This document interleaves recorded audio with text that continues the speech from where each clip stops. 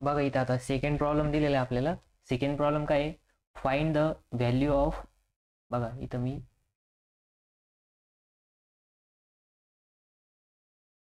इथं second problem दिलेला आहे बघा. Find the value of sine 15 degree using compound angles. ठीक आहे. आता काय करायचं आपल्याला, कंपाऊंड अँगलचं फॉर्म्युला यूज करून sine of 15 degree find out करायचं आहे. ठीक आहे. तर बघा मग आता आपण इथं सोल्युशन सॉल्व करणार. तर सगळ्यात पहिले आपल्याला दिलेलं आहे साइन 15 डिग्री. आता साइन 15 डिग्री हा काही स्टँडर्ड अँगल नाही, आपल्याला कंपाऊंड अँगलचं फॉर्म्युला यूज करायचं. ठीक आहे. तर मग इथं आहे साइन ऑफ 15 डिग्री. आता साइन ऑफ 15 डिग्री जे आहे त्याला आपण असं लिहू शकतो का, कारण की आपल्याला साइन ऑफ 15 डिग्रीचं व्हॅल्यू माहीत नाही. तर आपण याला काय करू शकतो, 45 डिग्री मायनस 30 डिग्री लिहू शकतो. काय लिहू शकतो, 45 डिग्री मायनस 30 डिग्री. ठीक आहे. मग आता 45 डिग्री मायनस 30 डिग्री, आणि आपल्याकडे एक स्टँडर्ड फॉर्म्युला आहे कोणता, तर साइन ऑफ ए मायनस बी. मग फॉर्म्युला यूज करायचा. आता बघा हा काय आहे की आपल्याला साइन ऑफ ए मायनस बीचा फॉर्म दिसतोय बरोबर. मग साइन ऑफ ए मायनस बीचा फॉर्म काय आहे, sine of A minus B याचा फॉर्म्युला काय आहे, sine A cos B minus cos A sine B. मग बघा इथं आपल्याकडं स्टँडर्ड फॉर्म्युला आहे sine A minus B equals to sine A into cos B minus cos A into sine B. आता बघा इथं जर तुम्ही कम्पेअर केलं तर ए म्हणजे काय, ए म्हणजे 45 डिग्री, ए म्हणजे काय 45 डिग्री, आणि बी म्हणजे काय तर 30 डिग्री. ठीक आहे. मग आता या फॉर्म्युल्यामध्ये व्हॅल्यू पुट करायची. मग sine of 45 degree minus 30 degree. ठीक आहे. मग याचं काय येणार, साइन ए म्हणजे sine of 45 degree into cos of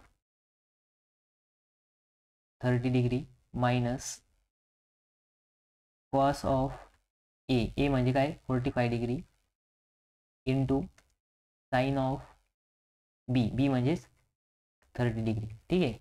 मग बघा sine 45 degree into cos 30 degree minus cos 45 degree into, बघा हे मायनस साइन आहे आणि इथं डॉट म्हणजे मल्टिप्लिकेशन साइन ऑफ 30 डिग्री. मग आता कॉस 45ची व्हॅल्यू माहिती सगळ्यांना. जर तुम्हाला माहीत नसेल तर तुम्ही काय करू शकता, कॅल्क्युलेटरमध्ये पण कॅल्क्युलेट करू शकता. बट सगळ्यांचे 90 डिग्रीपर्यंत स्टँडर्ड अँगलचे व्हॅल्यू पाठ असते. ठीक आहे.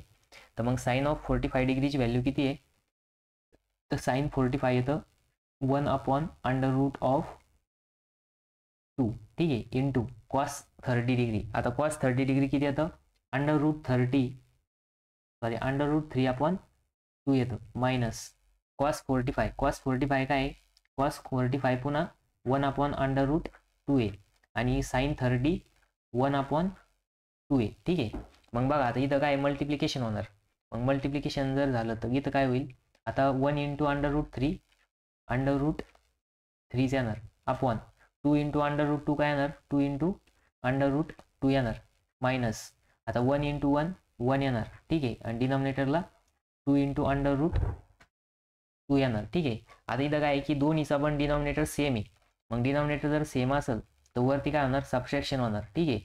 मग इथे √3 मायनस 1/2 इंटू √2 आणि या बाजूला काय येणार.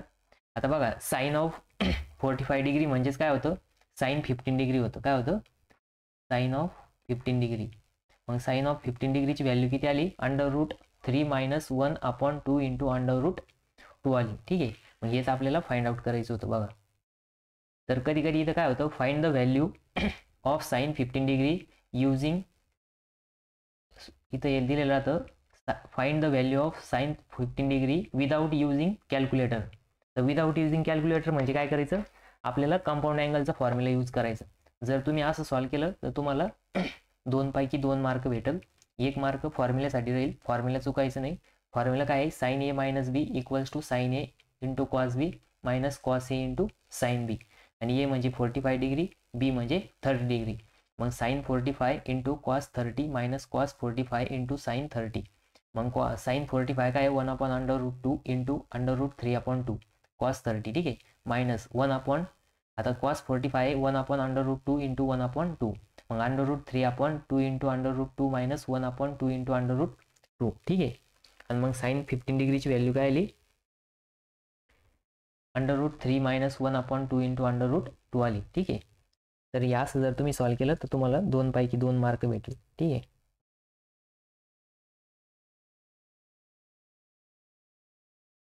तर आता आपण नेक्स्ट प्रॉब्लेम बघू.